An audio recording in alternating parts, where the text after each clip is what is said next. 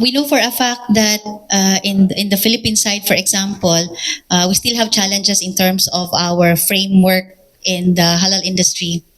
But right now in the BIMP-EAGA, we are supporting private sector as pilot test of that cooperation in halal. For example, the working group of the agribusiness, who is actually reporting pa this afternoon. But we have seen already the initial reports that they are looking at cattle industry, for example. The cattle industry, the project concept, it would be best if Yusek Navarro from our Department of Agriculture can share this, but maybe just a little bit of a concept that I saw in the report.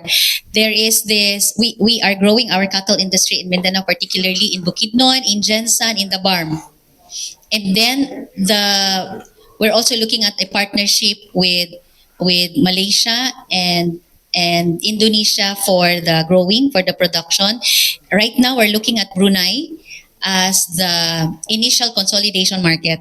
Kasi merong existing doon na we're looking at the model of Brunei that can possibly certify or accredit our local certifiers for a specific industry muna. So we are starting off with specific industries. So ang i-report mamaya would be in the cattle and in poultry.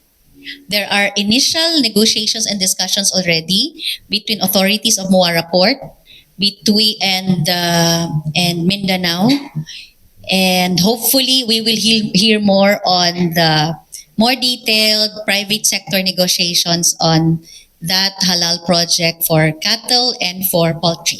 On the part of the government, ma'am, ano po yung mga possible na ibibigay natin ng mga assistance or help po, no? For the private sector po para mas strengthen natin yung halal industry? We have naman internally sa Philippines, we have naman our halal board, no, chaired by the DTI. Minda also sits in that board. So our internal framework and certification process and the industry concerns are tackled at that level.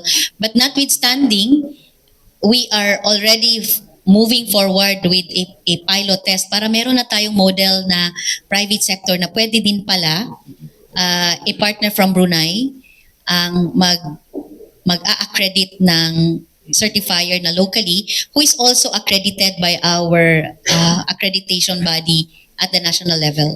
So gusto natin muna makashow ng proof of concept na pwede siya. Kaya tayo nag-excited dito kasi during our last meeting with Brunei Darussalam, they already shared with us na meron na silang model that commodities or products from Thailand. Yun yung pinag-uusapan ngayon na pwedeng gawing model din natin. Commodities from Thailand, they are the ones to accredit their local certifier in Thailand. Again, aligned with the policy of the National Halal Framework of Thailand. Yung model na yan yung ating ipapasok, ititest sa project natin ngayon on poultry and on cattle. Okay, nasa nang either one of you can answer this now. If we strengthen more on the halal industry, what will be the positive impact in terms of economy in the member countries of BIMP-EAGA? From Malaysia perspective, actually, before even we form the task force or working group for halal, Malaysia actually is already helping the Mindanao people actually in terms of building capacity in terms of halal. So last time we provided capacity building on certification and awareness of halal for the people of Mindanao. So Malaysia will continue to do so in helping to assist the Mindanao in terms of building the halal industry because Malaysia is very strong in certification. So we have the expertise back home that can help the Mindanao in developing the halal industry. From Indonesia, sir.